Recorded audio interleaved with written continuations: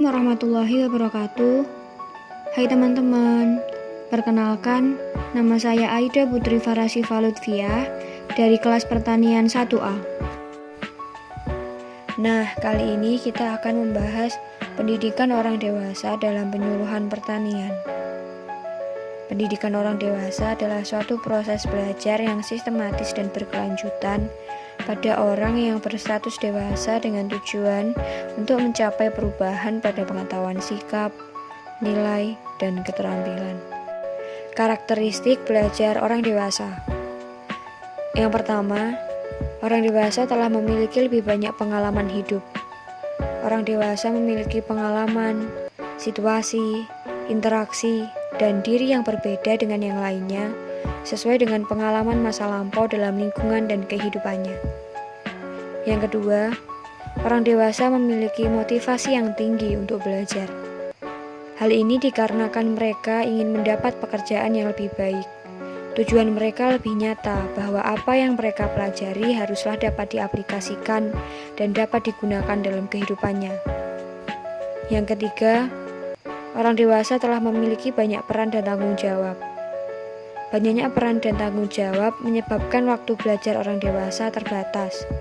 Oleh karena itu, mendidik orang dewasa penting untuk dapat memahami persaingan penggunaan waktu ini. Yang keempat, kurang percaya pada kemampuan diri untuk belajar kembali. Terkadang orang dewasa enggan untuk melibatkan diri dalam kegiatan belajar bersama orang dewasa. Mungkin disebabkan oleh faktor fisik, usia, atau kepercayaan masyarakat yang terkadang masih keliru akan pemikirannya tentang pembelajaran ini. Yang kelima, orang dewasa lebih beragam daripada pemuda. Setiap individu berbeda dalam kemampuan serta kesiapannya menghadapi kelompok-kelompok belajar. Hal tersebut dapat dimanfaatkan dengan pertukaran pengalaman. Peranan pendidikan orang dewasa dalam penyuluhan pertanian. Pendidikan orang dewasa dengan penyuluhan pertanian sangat berkaitan erat, terutama bagi penyuluh dalam menentukan metode apa yang akan digunakan dalam memberikan penyuluhan kepada kelompok tani atau sasaran lainnya. Dalam menentukan metode penyuluhan, seorang penyuluh harus mampu memahami prinsip-prinsip belajar orang dewasa. Seperti 1. Orang dewasa akan belajar dengan baik apabila metode pembelajaran yang diberikan menarik. 2. Orang dewasa akan belajar dengan giat apabila fasilitator atau pengajarnya menarik. 3. Orang dewasa akan belajar dengan baik apabila suasana ruang belajar sesuai dengan suasana hatinya. 4. Orang dewasa akan belajar dengan tekun apabila selalu mendapat support dari keluarga dan orang-orang di sekitarnya. 5. Orang dewasa akan belajar dengan giat apabila fasilitas ruang belajar memadai.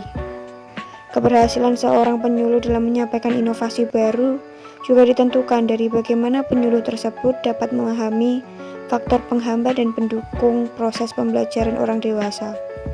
Faktor-faktor ini sangat dibutuhkan oleh seorang penyuluh agar penyuluhannya mampu untuk menarik perhatian petani yang nantinya akan diterapkan dan dapat bermanfaat bagi petani. Adapun faktor-faktor pendukung orang dewasa dalam belajar yaitu 1. Motivasi. Seorang penyuluh harus mau dan mampu untuk memberikan motivasi kepada orang dewasa agar usaha taninya dapat meningkat. Dengan memberikan motivasi, orang dewasa akan lebih tertarik kepada fasilitator dan mau untuk menerima inovasi yang akan diberikan. Tentunya motivasi yang diberikan harus berhubungan dengan cara meningkatkan kesejahteraannya. 2. Rasa keingintahuan yang tinggi. Orang dewasa selalu merasa kekurangan ilmu, sehingga selalu timbul dalam dirinya untuk selalu mau tahu apa saja yang dapat berguna bagi kehidupannya. 3. Keinginan untuk memperbaiki hidup. Orang dewasa akan selalu ingin agar kehidupannya dan keluarganya menjadi lebih baik. Faktor inilah yang harus dipahami seorang penyuluh, bahwa orang dewasa akan tertarik pada penyuluhan yang diberikan jika inovasi yang diberikan dapat memperbaiki hidup sasaran. Faktor-faktor penghambat keberhasilan orang dewasa belajar, yaitu 1. Kondisi fisik. Kondisi orang dewasa dan implikasinya dalam mengikuti pendidikan dipengaruhi oleh kondisi fisik maupun usia yang sudah lanjut. Kondisi fisik orang dewasa merupakan hambatan dalam proses belajar, baik di dalam kelas maupun di luar kelas.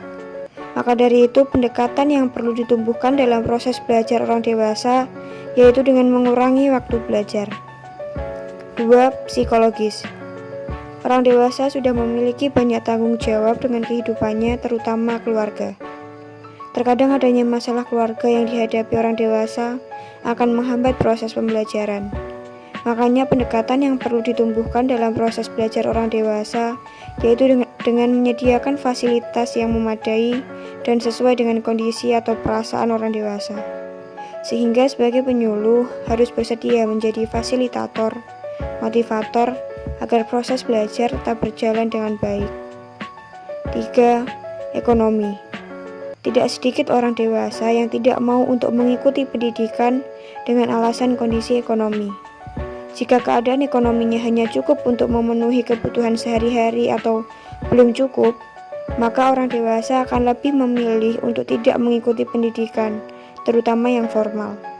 Maka pendekatan yang perlu ditumbuhkan dalam proses belajar orang dewasa yaitu dengan pendidikan non-formal tanpa membebankan biaya. 4. Budaya. Budaya mempengaruhi orang dewasa dalam belajar. Jika orang dewasa ditempatkan belajar pada daerah yang memiliki budaya yang tidak sama dengan asalnya, maka akan menghambat proses pembelajarannya. Perlu waktu baginya untuk beradaptasi dengan budaya yang baru. Metode pembelajaran orang dewasa yang cocok digunakan bagi kelompok tani, yaitu 1. Ceramah kuliah singkat. Metode yang memberikan penjelasan atau memberi deskripsi lisan tentang suatu materi pembelajaran tertentu. 2. Tanya jawab. Suatu cara memfasilitasi fasilitator dan warga belajar aktif bersama. Didahului oleh fasilitator yang memancing dengan pertanyaan dan warga belajar menjawabnya atau sebaliknya. 3. Brainstorming. Metode yang digunakan untuk membantu peserta pelatihan memikirkan dan mengemukakan ide dan gagasan sebanyak mungkin tanpa menyalahkan. 4. Role play. Peserta pelatihan diminta untuk melakukan peran tertentu dan menyajikan pemain peran dan melakukan dialog-dialog tertentu yang menekankan pada karakter, sifat, atau sikap yang perlu dianalisis. 5. Demonstrasi atau peragaan. Demonstrasi atau peragaan, metode yang digunakan oleh fasilitator memperagakan suatu proses untuk meningkatkan keterampilan tertentu dengan menggunakan alat yang sesuai dengan yang sesungguhnya. 6. Studi lapangan, yaitu belajar melalui pengalaman orang atau lembaga lain dengan melakukan pengamatan, wawancara, dan hasil diskusi langsung dikelola studi. 7. Penugasan.